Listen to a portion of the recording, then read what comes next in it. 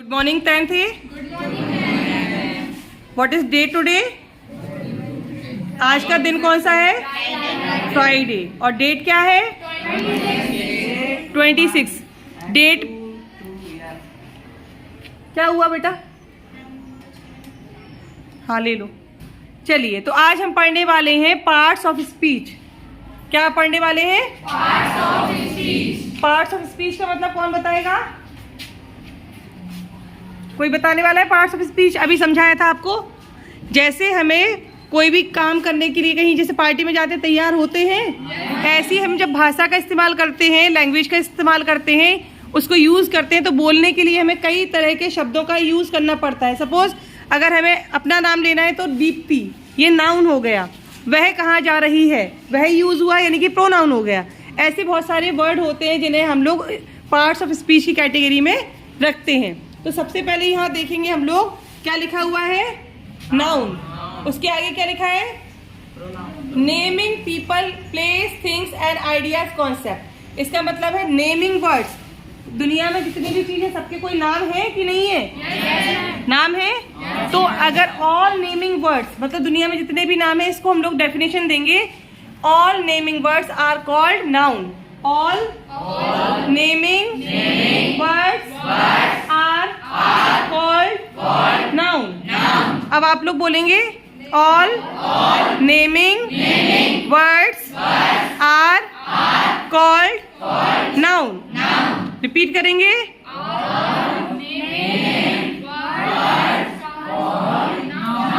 ठीक. All naming words are called noun. तो noun का मतलब है संज्ञा, जो हिंदी में पढ़ते हैं. ठीक है. इंग्लिश में पढ़ेंगे हम लोग उसको नाउन. अब यहाँ पे प्रोनाउन को जो सर्वनाम कहते हैं उसको हम बोलेंगे प्रोनाउन. जो शब्द संज्ञा की जगह पे इस्तेमाल होते हैं उन्हें हम सर्वनाम कहते हैं. ऐसे ही इंग्लिश में जो शब्द, जो वर्ड हम लोग नाउन की प्लेस पर यूज करते हैं उन्हें हम प्रोनाउन कहते हैं. जैसे ही, शी, इट, किसी का भी नाम. जैसे सपोज दीप्ति है, दीप्ति की जगह हम लोग शी यूज कर सकते हैं. ठीक. अगर कोई करण नाम का बॉय है तो हम लोग ही यूज करेंगे. ठीक. समझ में आ रही बात? तो नाउन की जगह पर, नाउन की प्लेस पर यूज होने वाले वर्ड क्या कहलाते हैं? प्रोनाउन. डेफिनेशन देखेंगे हम लोग. देखो, रिप्लेसिंग नाउन यानी कि रिप्लेस कर रहे हैं किसको? नाउन को. Words use instead of noun are called pronoun.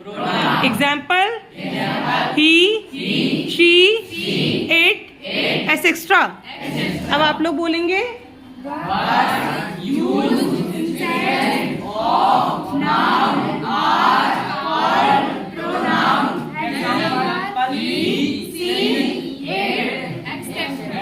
Good. आगे हम बढ़ते हैं तो सपोज क्वालिटी की बात करते हैं. कोई भी गोरा है, काला है, अच्छा है, बुरा है, लंबा है, छोटा है, कर्ली हेयर है किसी के, उसकी वॉइस बहुत अच्छी है, वो ब्यूटीफुल है. तो हम लोग क्या कर रहे हैं? क्वालिटी बता रहे हैं किसी चीज की. ठीक है. सपोज यहाँ कोई रजिस्टर है. सपोज ये रजिस्टर है, इस रजिस्टर को हम कहेंगे ये बहुत अच्छा रजिस्टर है. ठीक. तो ऐसे ही अच्छा या बुरा कहने के लिए कुछ क्वालिटी वाले वर्ड यूज करे जाते हैं. उन वर्ड्स को हम बोलते हैं एडजेक्टिव. हम लोग विशेषण यूज करते हैं हिंदी में. विशेषण को इंग्लिश में क्या बोलेंगे? एडजेक्टिव. तो हम लोग यहाँ पढ़ेंगे जो डिस्क्राइब करते हैं. Describing nouns and pronouns. मतलब कोई चीज को नाउन भी हो सकती है, प्रोनाउन भी हो सकती है, उसको डिस्क्राइब कर रहे हैं, वर्णन कर रहे हैं, उन शब्दों को क्या बोलते हैं? एडजेक्टिव. ठीक. All describing words are called pronoun. Example beautiful, black. चलिए एक बार आप भी बोलेंगे. Describing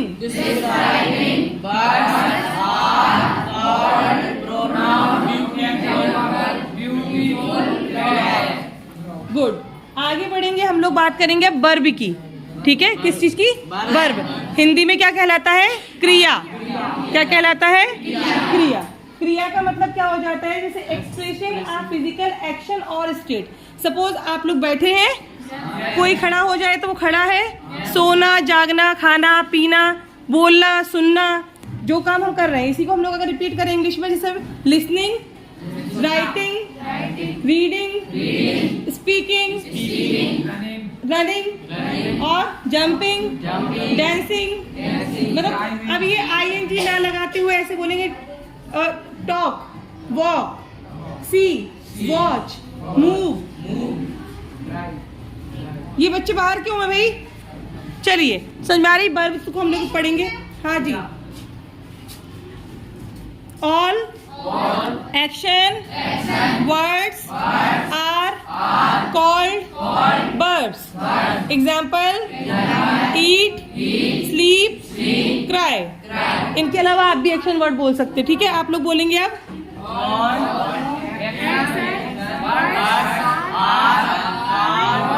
not like this. बेटा आप लोग बिजी हो, अपना बैग लेके जाया करो बाहर।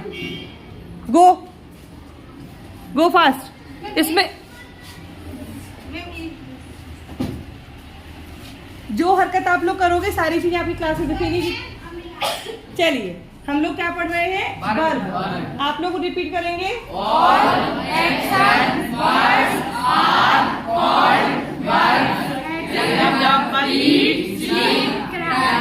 दशम आप कुछ दूसरे वर्ब बोलोगे, एक्शन वर्ड बोलने हैं, क्रिया होती है ना हिंदी में। बोलो, खड़े हो। आना जाना, खाना पीना, इसको इंग्लिश में बोलो। काम, गो, स्लीप, क्राई। समझ में आ रही बात? बैठ जाइए, बोलना सीखो बेटा, बोलोगे नहीं तो प्रॉब्लम आती है। चलिए आगे हम बढ़ेंगे एडवर्ब पर। एडवर्ब विशेष्य होता है ना आपका, विशेषण पढ़ते हो, विशेष्य पढ़ते हो हिंदी में, उसको एडवर्ब बोलते हैं। जो इसमें पढ़ेंगे मॉडिफाइंग वर्ब्स। मॉडिफाई का मतलब होता है, हम लोग पढ़ रहे हैं adverb. Okay, so you have to repeat after me. An adverb is a word that describes a verb, an adjective, another adverb, or even a whole sentence. Adverbs often ends in ly, but some exactly look the same as their adjective counterparts। इसका मतलब क्या हो गया? जो adverb है वो modify करता है, वर्ब को भी करेगा, एडजेक्टिव को भी करेगा और पूरे सेंटेंस को भी मॉडिफाई कर सकता है। और नॉर्मली जो एडवर्ब होते हैं वो जैसे ly से एंड होता है उनका, ठीक है, लेकिन जरूरी नहीं है कि वो ly से ही एंड हो। इसलिए यहाँ पे बता दिया कि जैसे यहाँ बताया कि भाई ended to quickly, quickly ly से खत्म हुआ, लेकिन यहाँ fortunately ly, I had to buy an umbrella such as fast, ये चेंज आ गया। मतलब ly अगर कोई वर्ड लिखा है, जैसे क्या लिखा है? क्विकली। क्या लिखा है? क्विकली में लास्ट में क्या लिखा है? ly। तो नॉर्मली ये क्या कहलाएगा? हमारा एडवर्ब। क्या कहलाएगा? लेकिन जरूरी भी नहीं है कि ly पे ही खत्म होने वाले वर्ड हमारे एडवर्ब हैं, बिना ly वाले भी हमारे एडवर्ब हो सकते हैं। आगे देखेंगे कंजंक्शन। क्या देखेंगे? मतलब दो या दो से अधिक शब्दों को या वाक्यों को जोड़ने वाले जो शब्द होते हैं उन्हें हम कंजंक्शन बोलते हैं। तो पढ़ेंगे हम लोग joining words, phrases, clauses and sentences. मतलब ज्वाइनिंग वर्ड्स होते हैं जो कि फ्रेज को भी ज्वाइन कर सकते हैं और क्लाउज को भी, सेंटेंस को भी। तो इसकी डेफिनेशन हम बोलेंगे a word that is used for joining other words, phrases और सेंटेंस। तो कंजंक्शन कैसे वर्ड होते हैं? वर्ड होता है जो कि यूज किया जाता है किस लिए? दूसरे शब्दों को जोड़ने के लिए और फ्रेज को भी जोड़ने के लिए और सेंटेंस को। तो आप लोग बोलेंगे अब, आराम से बोलेंगे।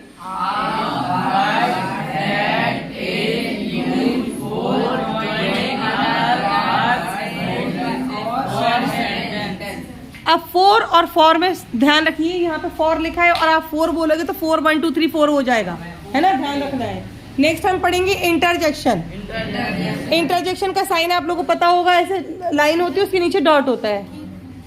आगे कंटिन्यू करेंगे हम लोग इंटरजेक्शन। शोइंग स्ट्रॉन्ग इमोशंस और फीलिंग। तो जैसे मैं आपको समझाया भाई, पढ़ाते पढ़ाते कोई बच्चा अगर ऊधम कर रहा है, उस पर डांट पड़ जाती है, या फिर जब बच्चे कुछ नहीं बता रहे हो तो अगर एक बच्चा भी बहुत अच्छा आंसर दे देगा तो उसको शाबाशी मिलती है। तो इसमें हम बता रहे हैं, जो हम लोग एग्जाम डेफिनेशन देंगे उसको पढ़ेंगे। An interjection is a word or phrase that is grammatically independent from the words around it and mainly expresses feeling rather than meaning। जैसे हम लोग ओह लिखते, ओह, OHO, वाओ, ब्रेवो, वंडरफुल, ऐसे बोलते हैं ना। तो ये हमारे सेंटेंस से हटके काम कर रहे हैं, इसलिए उन्होंने कहा कि जो इंटरजेक्शन वर्ड होता है या फ्रेज होता है, ये ग्रामर के तौर पर ये बिल्कुल इंडिपेंडेंट होता है, स्वतंत्र होता है। इसका जो भाव होता है वो हम लोग को पहले ही पता चल जाता है। जैसे कि ओह या आउच, आउच का मतलब भाई लग गई हमें, है ना। ओह यानी कि ये तो जो थोड़ा बहुत लग गई या कोई काम हो गया। वाओ, वंडरफुल यानी कि आश्चर्य हो गया। समझ में आ गई बात? आगे बढ़े, 8 नंबर पे पढ़ते हैं प्रीपोजिशन।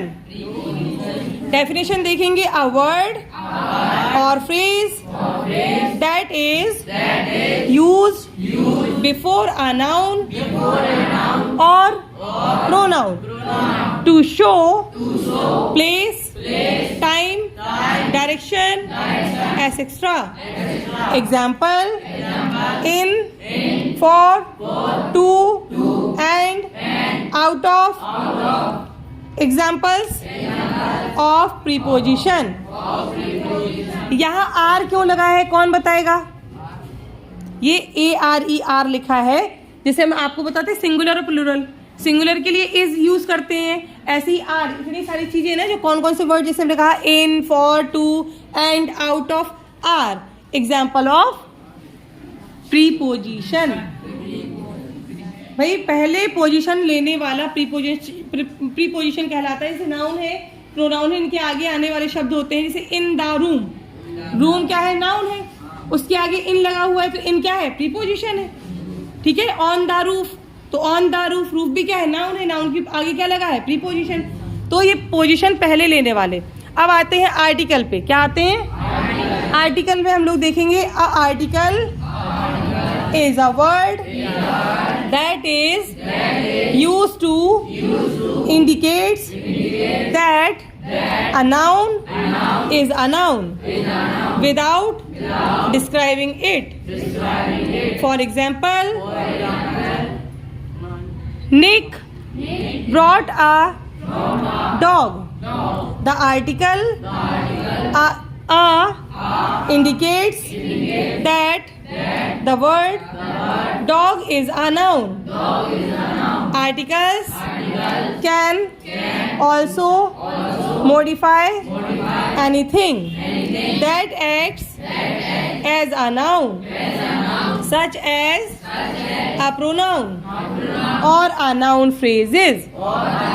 क्या मतलब बताया कि जो आर्टिकल होता है एक ऐसा वर्ड होता है जो इंडिकेट करता है कि उसके पास वाला जो वर्ड है, आगे वाला जो नेक्स्ट वर्ड है वो क्या है, नाउन है। जैसे निक ब्रॉट आ डॉग, तो आ क्या है, आर्टिकल, और ये इंडिकेट कर रहा है आ कि ये जो डॉग है ये क्या है, नाउन है। ठीक, समझ में आ गई बात? चलिए, तो आज हमने क्या पढ़ लिया, पार्ट्स ऑफ स्पीच। ये आपको अपने होमवर्क कॉपी में लिखना है। ठीक, इसमें से ही आप जो समझ में नहीं है वो पूछ लेंगे। जैसे अगर डाउट होता है ना, एग्जाम्पल नहीं लिखा है या जो चीज़ समझ में नहीं आती है। ठीक।